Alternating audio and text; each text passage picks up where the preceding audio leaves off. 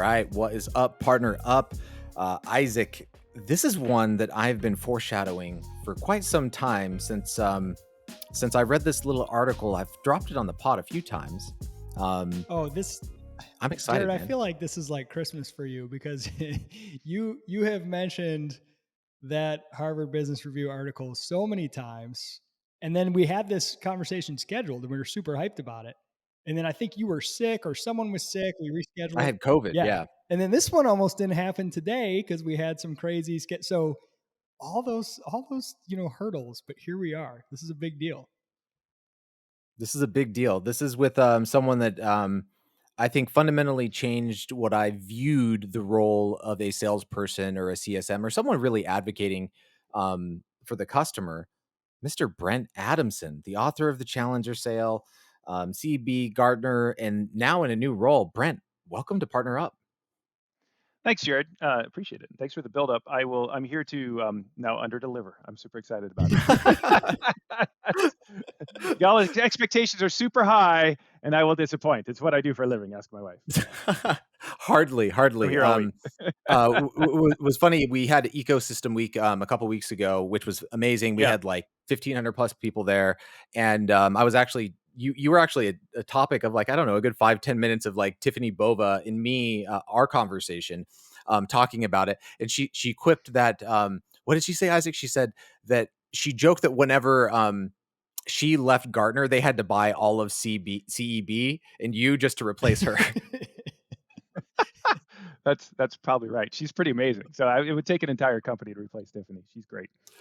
Oh my gosh. Well, Brent, we appreciate you coming to this podcast because I think, in my opinion, at least when I was living in San Francisco and I was surrounded by VPs of sales that, are obsessed with Jason Lemkin or, the latest thing in terms of how to run a sales organization and move up market, do enterprise sales and do it the right way, not just be order takers. Your book, The Challenger Sale, was the Bible. I mean, that was the thing that every VP of sales was pushing on management and reps. When did you release that? Is it 2012? 2011, believe it or not. It's been over 10 years, and the IP we created in 2008, 2009. So it's been around for 12 years, which is hard to believe that this thing still has the legs that it does. Is humbling, and it's also like it's kind of funny too, because Jared, I've moved on. I mean, not moved on in the sense like I dismiss it, think it's wrong. My ideas, and not only my ideas and thinking, the research have developed, but the world, of course, around us has developed radically, or at least significantly. And yet people are now just coming to the book for the first time. And I get, in-mails and emails almost weekly, all very nice, saying, hey, it's a great book, like, which is really cool to hear. But I'm thinking like, oh my God, it's like, we got to get you caught up. So if nothing else, probably need to write another book. I don't know. Well, what's amazing is that, like, back when I had my marketing agency, one of my internal jokes was, the biggest thing standing in front of my customer's progress is my customer. Right. So like, this is truth. There's something to be said about kind of like this underlying, like these different personas, which was based on a lot of research that you and your team did. Right. This is not just some opinion piece that you put out there on some like op-ed, which we often do. I often editorialize lots of other people's commentary. This was based on a lot of research, and you found, some very interesting things that like these different personas have a different result whenever it comes to how they approach a commercial transaction.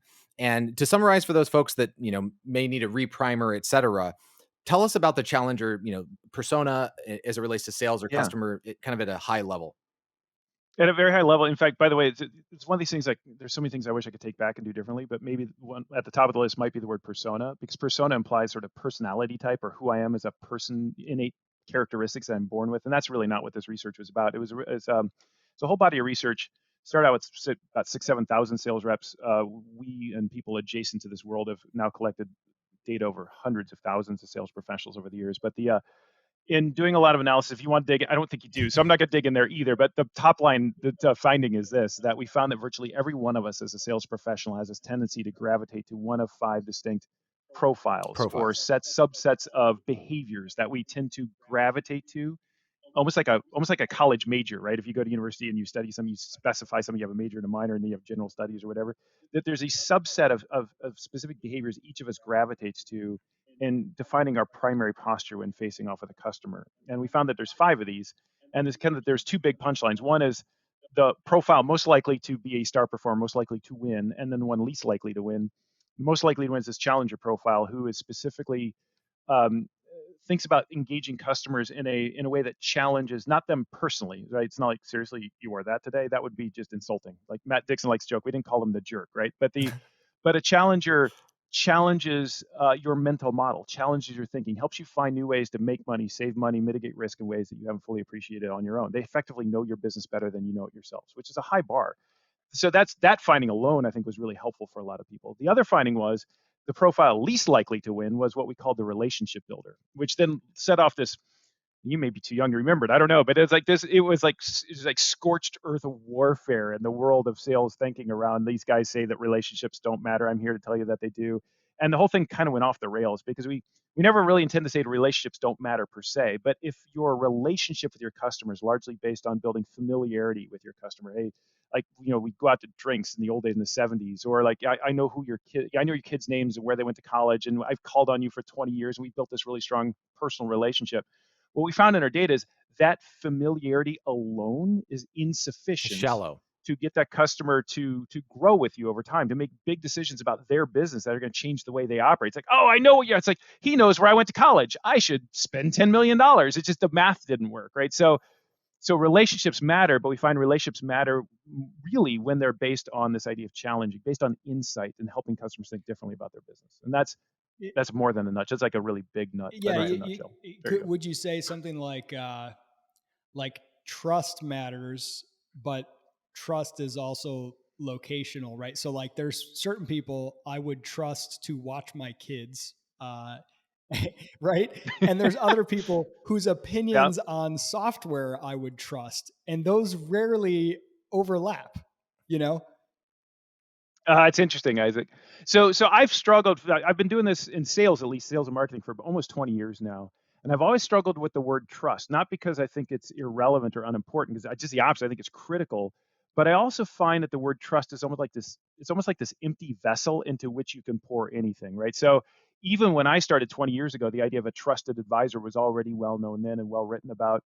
And I found that no matter what I said, it's like Challenger wins. Oh, you mean a trusted advisor? And like later we talked about buyer enablement. Oh, you mean a trusted advisor? And lately we've been talking about this thing called sense making. They say, oh, you mean a trusted advisor? So it's like, yes, no, it's like I will just stipulate to trust up front, but I have a hard time stopping there because I think you get too many what I call false positives. Too many people say, oh, I do that already. It's like, yeah, but you don't do this. And that's my hang up on trust. That's really interesting. There's a layer there that I'm really curious about with kind of like domain expertise and you can see this with a lot of sort of what's called influencer marketing, so to speak, right? Like Yeah. maybe there's a podcaster that I really, really trust. Maybe I really trust Jared because I've been listening to PartnerUp. That doesn't mean that Jared's toothpaste recommendation is going to be right. But like, Yeah, fair. so Yeah. there's something interesting there in getting that right. Because I think a bad way to say, oh, we're in this world where you have to have all these various parties along the buying journey that are trusted, and there's these communities and ecosystems. You can't just like throw any product or affiliate into any ecosystem. There has to be something more than that. I think so. And Isaac, this goes back to Jared, something you've been talking a lot about, at least my understanding of what you've been talking a lot about. We need to do this podcast where we flip it and I interview you too, because there's so much going on in your head that I want to understand now. But it's really interesting. But something you've been talking a lot about in the ecosystem, the partner network idea, is this idea of social norming and social trust, right? Going back to like Daniel Kahneman and stuff like that, who wrote Thinking Fast and Slow, and that um, uh, the Robert Cialdini there. Sorry. So Robert Cialdini wrote the book Influence. Yep. Hopefully everyone has read it at least 5 times, right? But he talks a lot about this as well. And the idea is, I want to know a little bit, Isaac, what you're saying, but related at least, is I want to know what other people like me think, right? I want to know what other people. So I can trust domain expertise if you have demonstrated domain expertise, or I trust similar life experiences, or in this case, maybe similar business experiences. So what do other companies like mine? What have they done? How much do they spend? Where have they gotten hung up?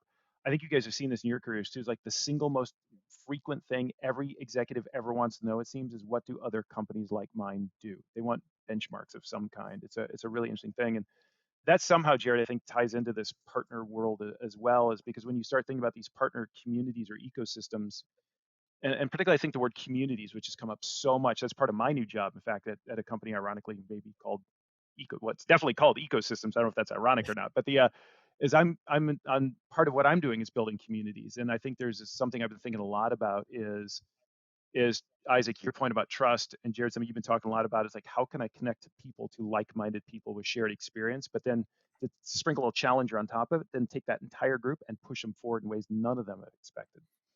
Uh, that intersect to me is potentially the change agent that moves and shifts markets and people and politics and economics. I think you just hit something right on the head.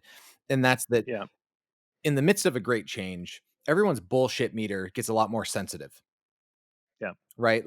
And I feel like everyone's meter got hypersensitive in the past couple years. Why? Because yeah, everything kind of got relegated to the same normal, like it's whether it's Teams or Citrix or Zoom or Slack or whatever. Everyone's experiences kind of got normalized, and everyone raced into the same race. So in our previous call, Brent, before you joined Ecosystems, and I foreshadowing some great thing that you joined a company called Ecosystems.us, and we're talking crazy, about right? ecosystems. I don't Yeah, know. I'm just saying yeah, there might have been something a happening in lot, the cosmic right? cosmic world. Um, Yeah, what's so interesting about that is this other side where you said this phrase that stuck with me. You said that hmm, we're almost experiencing a crisis of conviction. yeah, That can't be more that's so apparently true after you said that I see it everywhere. Everywhere. yeah, Cuz like yeah, Amazon reviews, G2 to G2 reviews to like the typical information that we thought, "Hey, we can get this out there to help educate the buyer on their journey." Isn't yeah. doing the same job for the customer that it was just a little bit ago. And as a result, the relationships and the information, they're not all equal. Like, I need to know that person, that they're a trustworthy source of information, and that they understand me and my particular challenges. So, for example, let's say early stage startups versus enterprise, right? Like, Yeah. there's distinctions based on all of these different things, and we want to default to our group closest to us. Seems to be this shift that's happening. So let me put it back to you in a slightly different way, Jared. I'll agree with you. Here's an additional way, Sure. not a different way, an additional way to think about it. I think it's super interesting, at least to me, which is um, I often talk about not so much a crisis of conviction, it's more of a crisis of confidence, but it's all, it's kind of, but same idea, right? It's like customers we find have become so overwhelmed that with the complexity of the buying decisions inside their company, with the amount of high quality information that's available to them, with the size of the deal sometimes that they're doing and the stakes involved, that they are seeking more confidence in their ability to make large scale decisions on behalf of their company. And this is where I think it gets really, really interesting in thinking about sort of what our role as a sales organization, a marketing organization, a vendor, a supplier, a partner can be. Because I think what's happening, because I've heard you talk about this before as well, Jared, is like, in this world where it's a wash of information, my role as a customer or as a buyer, let's put it that way, is to separate signal from noise. So there's all this information out there from all these suppliers, and I've got to go consume some of that information, maybe a lot of that information, and then separate signal from noise. And that was our story. If you read the second book, The Challenger Yep. Customer, we spent a lot of time talking about that dynamic and how hard that is. And there's that big blue arrow we used to talk about all the time. Customers are farther along in a buying journey than ever before, learning on their own before they reach out to a supplier. So this is like, what is this? This is like 2000, say 15, 16, 17.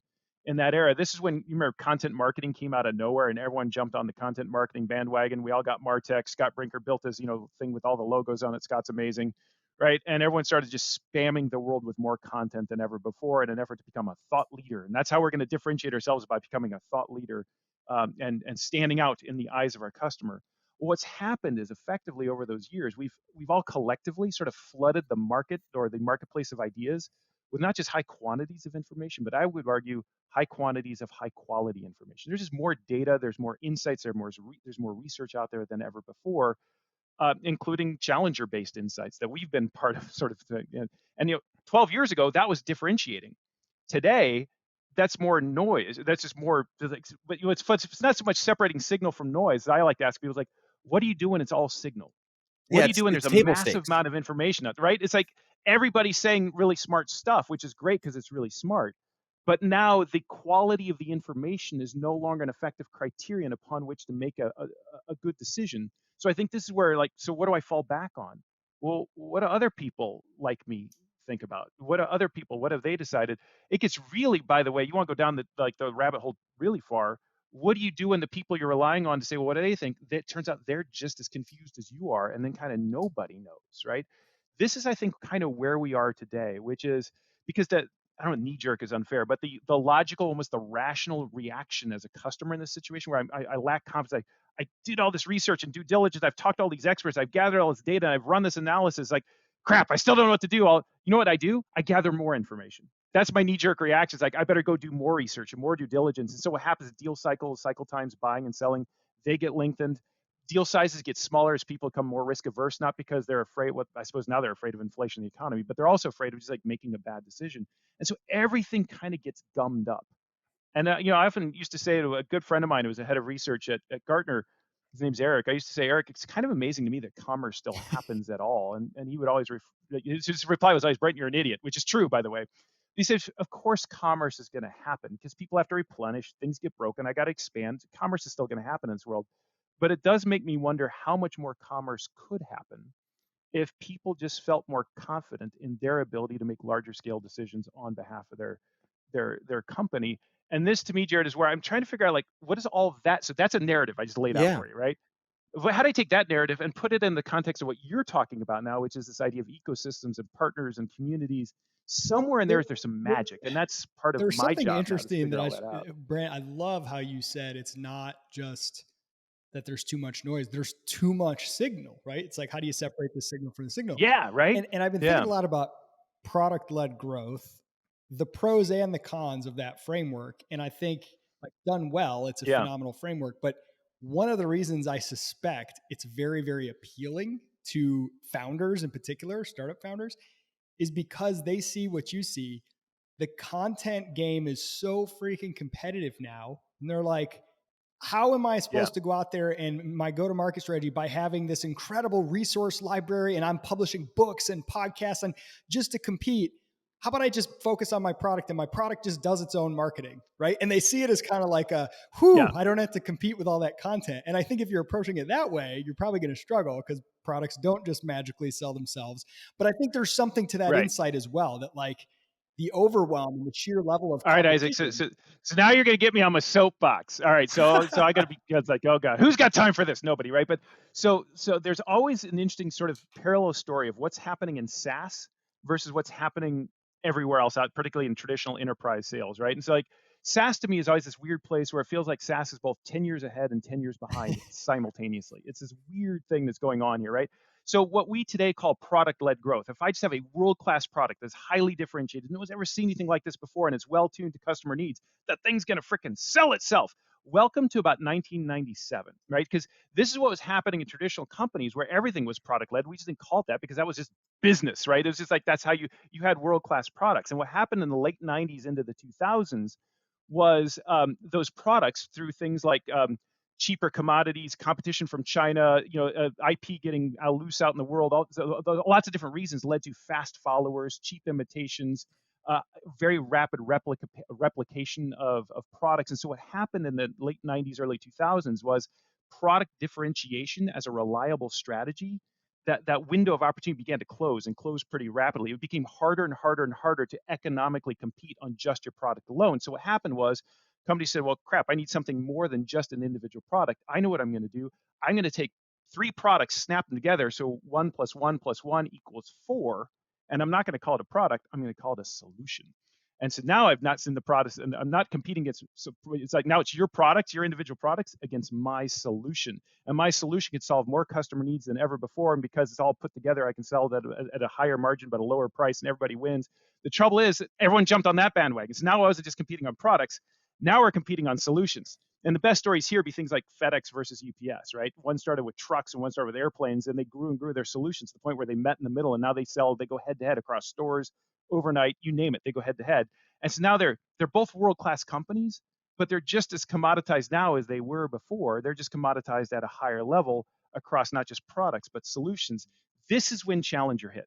Right here, 2009 is right about the time where the window of opportunity for differentiation on solution selling was closing as a means of differentiation. And everyone said, wait a minute, it's not what we sell. That's not our opportunity for product differentiation. It's or differentiation. It's how we sell. It's how we go to market. And that's literally what put the Challenger sale and the world exploded. And people said, oh my God, I can compete not just on products and solutions, I can compete on insights. So effectively, I don't know that we opened the window, but we were part of an opening of a window of a whole new landscape for differentiation. And so what the narrative I laid out to you just a second ago is, I think that in turn, that window now is closing. As all windows of differentiation close, as people get on the bandwagon, it's like harder and harder to compete on insight. And it begs the question, like, what's next? So I think, Isaac, I could say, what's next? Let's go all the way back to where we started and compete on products again. But it's different for SaaS because you know why? Small SaaS, they're playing a different game. They're playing the exit game. Their play's like, I just got to be product led until I can sell the dang thing. And then it's someone else's problem, right? Then I don't have to worry about it, right? I'm not in it to grow a multi-gazillion dollar, well, I am, except only in like on paper, but I'm not truly in it to build an enterprise level company. I'm in it to get bought, right? That's unfair and a little simplification, but bear with me. It's good for the story, so it totally works in the narrative, right? But so I think that's where there is a different window of differentiation that's opening for us, but it's fourth wave, and I'll throw that on the table. I got man, Jared, that was a rant, wasn't it? Oh my gosh, Brent Adamson, everybody, this is saddle up. I was just chatting, Isaac. I was like, smart people. That's the key to this podcast. It's just smart people. Like, I really so there's smart people, and then we have this jackass on. No, I'm geeking out. I'm totally geeking out right now. So I want to come back to this because I think you said some important things. Yeah. I think the what and then the how. Today, Brent, it's the who. Yeah. Right. Tell me more. What do you mean? So, I mean, I don't know. I've been using Athletic Greens for 3 years. So it's this little drink that I drink in the morning. And this podcast is not sponsored by Athletic Greens, but I got this like 3-year gift from Athletic Greens. Like, oh, thanks for being a customer for 3 years. And it's like, cool. Wow, that's because of Tim Ferriss. Right. Oh, interesting. Wait, what? Right. Because Tim Ferriss would talk about it on his podcast every single day. And like, I got addicted to it. And then I do it. It's my morning ritual every single day. There you I drink it every single day. And then you realize, holy cow, that is the rest of the world. My glasses are Rokas because someone else I trust. I'm like, oh, they don't fall off my face. This other thing, like how I do vacations, how I do everything now. So let's go to sales tech, right? So last time I bought a sales forecasting tool, right? There's Clary, there's, well, I guess Gong just broke into the market like literally today, which they're going to destroy because it's Gong. Then there was an Insight Square. There was a whole bunch of other different things. How did I buy that forecasting tool? It wasn't what information. It wasn't how I was sold to. I went to Modern Sales Pros, Pete Kaczynski's group, and I looked at the forums to see the conversations happening with other VP of sales like me in my cohort, like my relative size, to hear about Clary, right? The up and coming one. And then the one person I trusted more than anyone, the ops pro that like I really trusted, said, go with Clary, contact me if you're making this decision. I pinged him. I bought Clary. He helped me implement it. What and how? But let me throw a flag. Hold on. Yeah, but let me throw a flag here, Jared. Sure.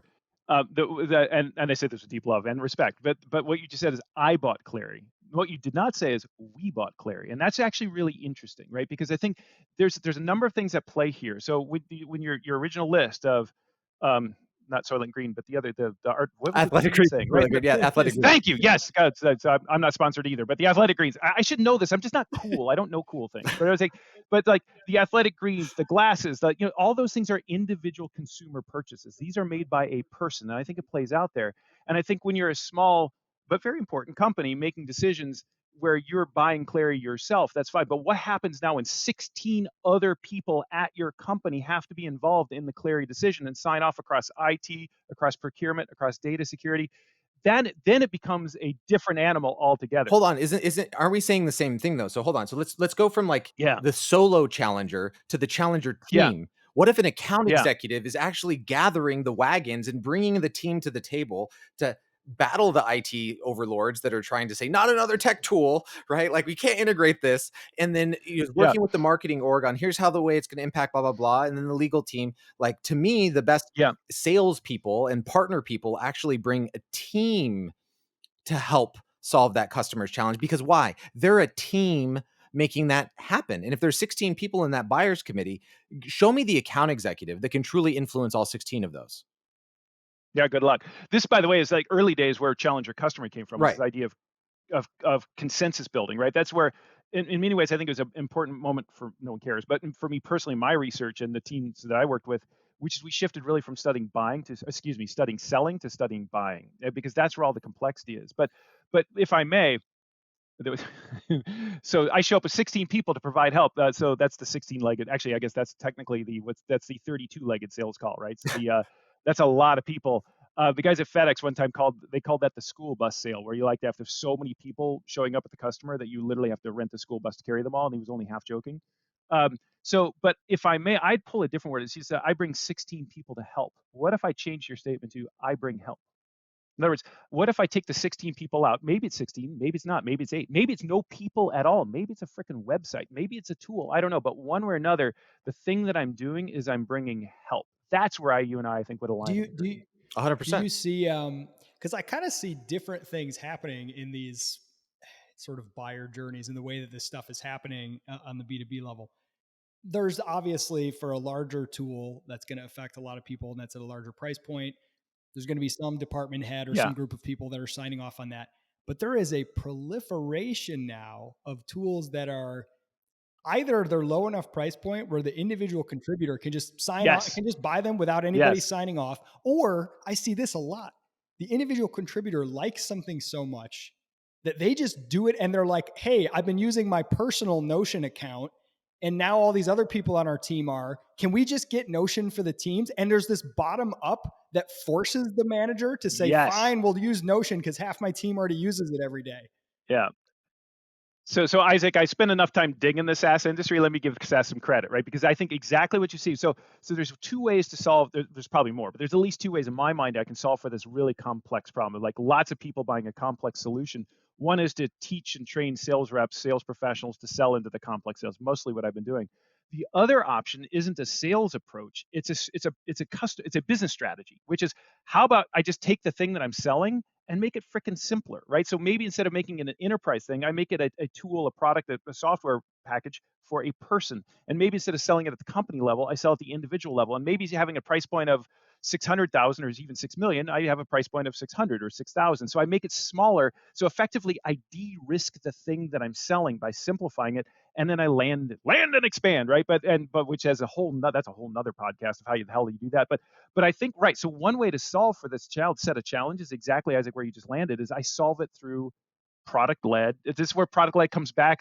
I kind of threw it out the window a while ago, but this is where it comes back is like, and as a research is like, wait a minute, actually maybe this is pretty smart. Subscription based, right? So it's not a shorter, smaller subscriptions at a lower price point for fewer people can do a lot to mitigate, but not overcome these challenges. I think what happens though in SaaS is that works until it doesn't, right? Because it's like you get bigger and bigger and bigger, and all of us, because it's like, by the way, this happened at CED. So I've been on this journey, right? It's like you sell these individual memberships, and all of a sudden the company sits down and says, when I add up all the stuff that I'm buying from your company, it isn't $50,000 a piece. It's actually 5 million. We need to have that talk, right? And that's, I think, where I think it's the right play, what you just suggest, Isaac, until it shows up on someone's radar screen and they started to add up all the numbers and realize, oh, this actually is an enterprise. By the way, Brent, think of it that way. And that's where I think a lot of SaaS companies go, holy crap. I love how like almost every phrase you're like, oh, I've got a rant about that too. You have like a quiver full of rants. Like that's all I do. I feel really bad. There is data behind all this. I'm sorry. I just kind of ranted today. I apologize. Yeah. Well, here's an example that I use. We're just releasing the Partner Hacker Handbook, which is like an anthology collection, if you will, of like different articles. Yeah. And I wrote 2 of the chapters in there, one on strategic alliances. And I use this phrase that I've been talking about for a while. I don't know if you've heard the phrase, great product never beats great go-to-market.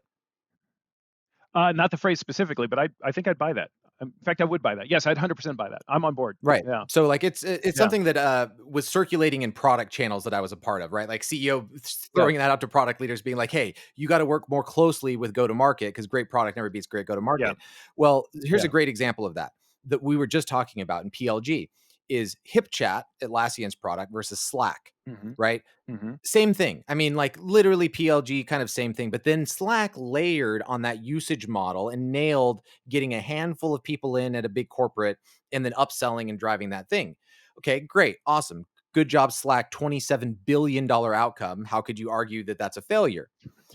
Right. Then comes Microsoft Teams. So great product never beats great go to market, but great ecosystem always beats great go to market. Teams went from nothing to 115 million users, almost 10 times the size in half the time that it took Slack, which was half the time that it took HipChat. Holy crap. How do we not recognize the power of that?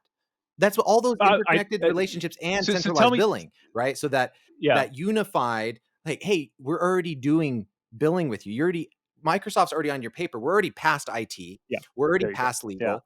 Just slide this in Yeah. there. Wait, all of a sudden, What this isn't this the story, Jared? Isn't this the story of SaaS more broadly? Is the featureization of entire companies, right? So I mean, this is what Amazon's doing with Hollywood. They literally just featureized all of Hollywood to sell more toilet paper, right? It's like we are now in the movie producing business, such that you such that you buy Prime, so that you'll buy all your daily toothpaste and necessities on the website. So I think so. The ecosystem thing is powerful, but I think what's really at play, and at least the story you just shared, is the fact that very large players with very large power can featureize literally entire industries. It's a fascinating phenomenon as well. I mean, just look at Snapchat, right? Facebook, Instagram, like, Right? ooh, kind of Yeah, rough. yeah. I know. TikTok got away with But some AI stuff, but I think in general you've seen that happen in many, many, many places. I mean, that's where the build by yeah, partner convo comes into play. And I think the agreed. reality is that you really need to have something very special for that to not be build, right? Yeah, or replicate it. By the way, this goes right back to my, I don't know if it's a rant or not, but that the story I told about, like, the rapid replication of individual products is this is the very phenomenon we're talking about, right? And so my strategy in SaaS is like, get out before it happens to me, right? Either by selling or exit or public or whatever, But but let me ask you this: what happens when you get both? Like, what if it's like the best example of world class product and world class go to market? That's got to be Apple, isn't it? I mean, yeah, that's a pretty locked in ecosystem. I would say, But plus, right, that's actually add all three: world class product, world class market, and world class ecosystem. yeah, because I mean, that's what happens when you get all three, right? It's like yeah, you get one of the most valuable companies in the world. I mean, I think the biggest threat to Apple was their lock in and fight with, like the Fortnite developers or whatever, and their, exorbitant app, store fees of like 30+%.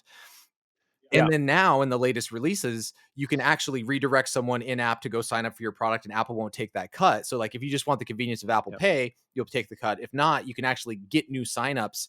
I mean, that was something that Google was very much like, yes, this is going to hurt Apple. And then Apple responded with much more consumer friendly, kind of approach and made the platform yeah, even better for developers. So, I yeah, mean, I think at the end of the day, we've probably seen some version of this before. There's bundling and unbundling, right? Like the newspaper. We yeah. could just take that example and all the That's right. businesses that Yeah, unbundled the newspaper, and then there's a rebundling that's happening. And then at the same time, though, like let's take like the perfect example of like why ecosystems don't matter, and then all of a sudden the past year they do. Netflix. yeah, I have no yeah, rules up here on my Reed Hastings book from Netflix. I love yeah, their culture code. I love everything about that business. But in the past year, ouch, ouch, ouch, ouch. Netflix is getting their butt handed to them. Why? Because they're entirely dependent on what? Their own owned content, producing more of it and competing with the entire world that is now content producers. It seems like they're in a very unenviable position compared Well, to, let's say, YouTube, who is just printing money quarter over quarter.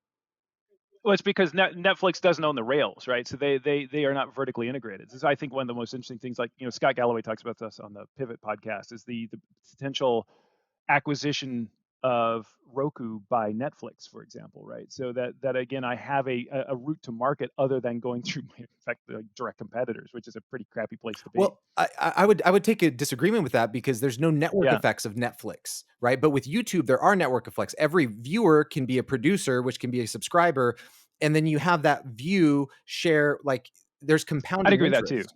Yeah, Whereas yeah, that's fair. Yeah, Yeah, that to me seems if a you little bit could different, list Isaac. your independent film yeah. on Netflix like a platform and bring all your right? How cool would that be, Yeah, right? That's a great right. business idea, Isaac. I like that. Right? I mean, by the way, this exists already. I think Yeah, it's called yeah, TikTok, isn't right. it? I don't know. It's like Well, okay, so this is an yeah, interesting as you were talking about these things with yeah, Apple as like, market, product, ecosystem, et cetera. There's something that kind of hasn't been mentioned. And I guess in a way, this ties into your article, traditional B2B sales and marketing are becoming obsolete, because the main thrust of that article, if yeah, as I'm, summarizing it, is companies need to listen to and pay attention to and watch and learn the way buyers actually live their lives and learn the way that their patterns yep, and adapt to that, rather than saying we're going to build this org chart and then we're going to force the market to fit into our funnel. We're going to go learn from the market. yep, This isn't a perfect analogy, but there's something in there that's like, it's like user experience. It's like, what do people actually want to do? And this is where, it's buyer experience, but it's similar. Where I think one thing Apple maybe doesn't get enough credit for is they tend to figure out how to make things that people like using and are easy to use. I mean, down yeah, to the process of 100%. opening the Yeah, physical cardboard box that your phone comes in. They yep, designed it in a way that you actually like doing that. You like using it. Whereas something like Microsoft has incredible distribution, but they're notorious for brute yeah. forcing through their distribution. Now you're all going to use Teams. And what does everybody do when a new Microsoft tool is imposed on them? They kind of grumble because usually the Roll their user eyes, experience isn't very right? good. And Apple kind of has that consumer facing product led growth sort of style. They understand the way people want to live their lives and interact with their phones and their products, and they build around that very Yeah, well. So there's kind of an analogy there to like building your sales org, building your revenue org around how people I think want that's to right. actually buy and discover your product. Yeah. Hey, for what it's worth, I didn't title that article in HBR, so I don't know that sales marketing are obsolete per se, but I think that it's It's in becoming need of obsolete. We like the yeah, title. and it's certainly in need of a It's a rethink lot more completely. catchy. It's well, it's got to be a lot of clicks and shares, so there's that. That's good. But the shoot, there's a point here. I thought it was really interesting what you said because there's the thing I think. Oh, here it is.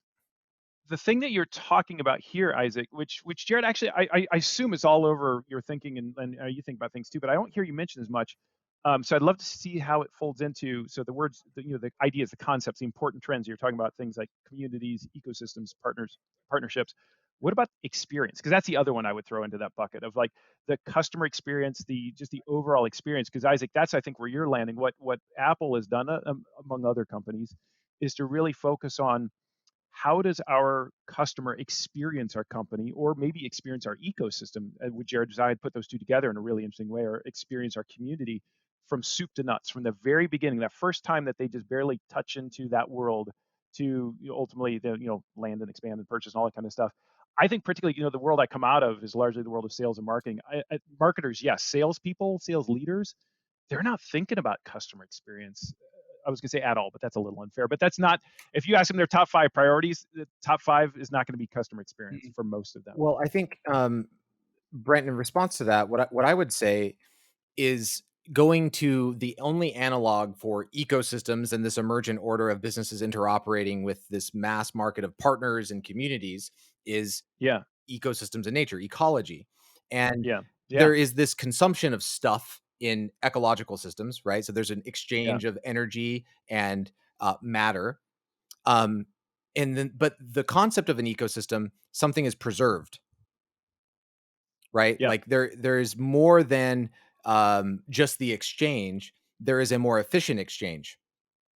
And what happens is that in a business ecosystem, there is this cost and time factor, right? Both of those things are conserved, meaning you're spending less cost, less time, Mhm. whereas the thing that's preserved in that transaction, because there's less cost, there's less time, right? The experience is better. To me, cost and time equals experience. If you're preserving, Oh, if you're interesting. conserving cost and time, then the thing that's preserved is trust, right? Because of that Yeah. experience, I trust you more, Hmm. right? With the next thing, because you've preserved or conserved my cost and my time. So I would say that's how I would tie those concepts together and how I would define an ecosystem. Let me throw one more in there, Joe, see how you react to this. So the thing that I often focus on in the research I've done, and particularly in the storytelling, the keynotes, and all the stuff that I do in the books I write, is, and I used to train our people at CB and Gartner on this very idea, which is when conveying a new idea, there's two things really, your audience, whatever kind of audience it is, there's two things you need to convey at the same time. One is, what do I want you to know? But the second bit is, what do I want you to feel? So tapping into that, it's almost like the elephant and rider stuff that the Heath brothers talk about, among others. So it's like, what's the emotional connection? So the reason I say that here is because what you said about saving time, saving money is very rational, and it's important. In fact, it's critical. But I think there's an element too that I'm guessing you would be on board with, which is, there's also something about the ecosystem, the partner the partner world, or for that matter, any world, any kind of experience where what you're really solving for isn't just like, I save money or productivity, but it's like, I feel different about not you, but I feel different about myself. So this goes all the way back to the confidence point. I feel more confident in the decisions I'm making. I feel better about the my credibility. I feel confident about my ability to perform for my company. There's a wide range of just different emotions and feelings that I think one could. So if I'm building a partner network, an ecosystem, whatever it might be, or just a product, don't overlook the emotional aspect to it. And if that sounds obvious, maybe it is, but I just find that it gets overlooked so much. Like, I'm now in this world of value management and value engineering, where so much of it is focused on ROI calculators and quantifying everything. And there's a really interesting aspect I'll be studying around, like, what's something we used to call identity value, for example, like the value that accrues to me in the way that I perceive myself, which goes again back to Kahneman and Cialdini and others. There's a very human aspect to it that I think is probably under leveraged right now in any go-to-market model, but I think it's potentially, that's how I think you stand out and win in this partner world, ecosystem world, is to begin thinking about that as well. It's a thought. What's so amazing there is, I think if you look at ecology as an analog, um, Yeah, there in those systems, there is a lack of this other element, which is that delight.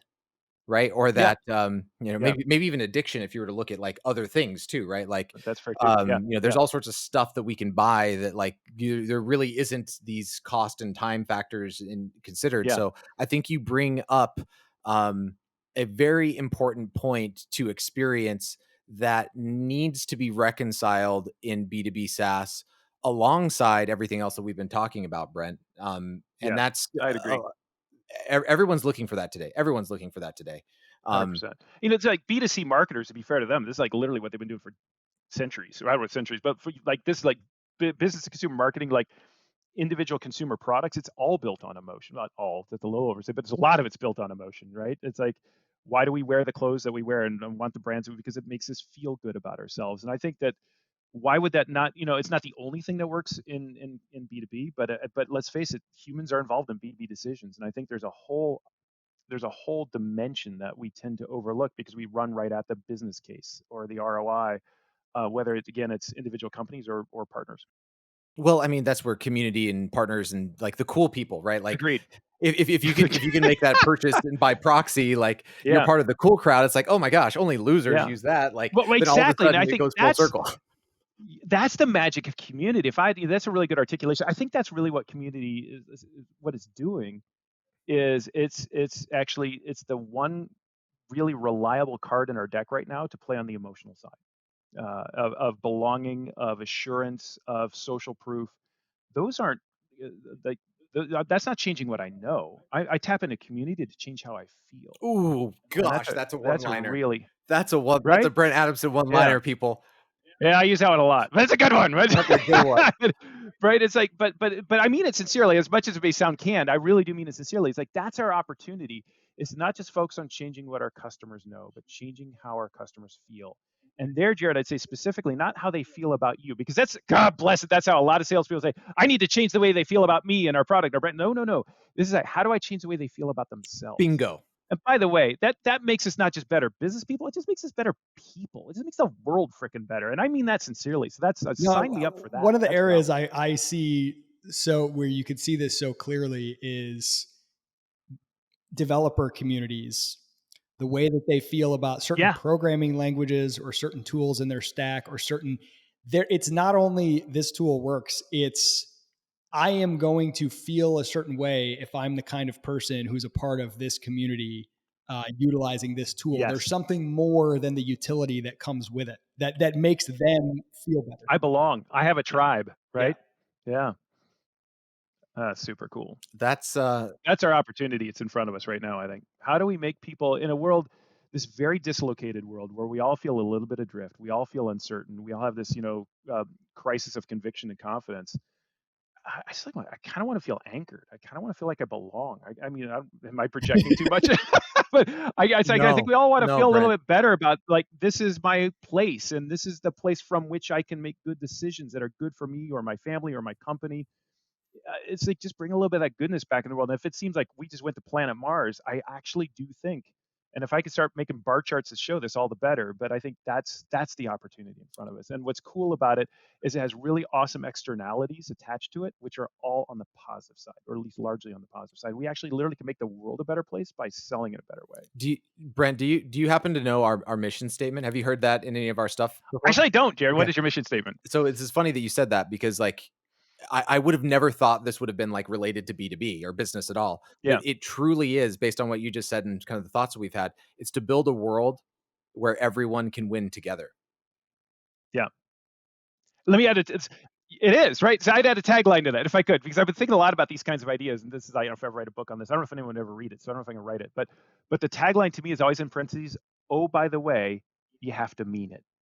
Right. Yep. Do you see what I'm saying? Yep. Like, it's like, and I mean that sincerely, you got to mean it. Like, if you're going to want to make the world a better place, you actually have to want the world to be a better place. And the second there's a whiff of cynicism, we're toast, right? The whole thing falls apart. It can't Yep. be performative. It can't just be a methodology. One of the things that always bummed me out about Challengers, it became a methodology, and it's like all the magic went out of it then, right? It's like we can't take the magic out of this. And that's why I hesitate to even talk about it sometimes, only since like, oh, like let's build a structure and a model with 5 steps in Well, it. and that's where That's like, you excuse my you got language, to but that's where it all goes yeah, to like die. You know it what I has to mean? be something you can't easily fake, something that is and you have to come back to like your zone of genius. We talk Yeah. about this, Jared, at Partner Hacker all the time. Like there's a lot of things we could do. There's so much opportunity in this space, all these different things we could do.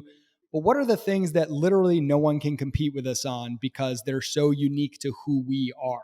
They're so genuine, right? They're Yeah. not, it's not a tactic or a strategy. Wherever you can come back to those things, they're just part of your DNA. You have a huge advantage, but it's also, you're far more likely to have a huge impact because it's real.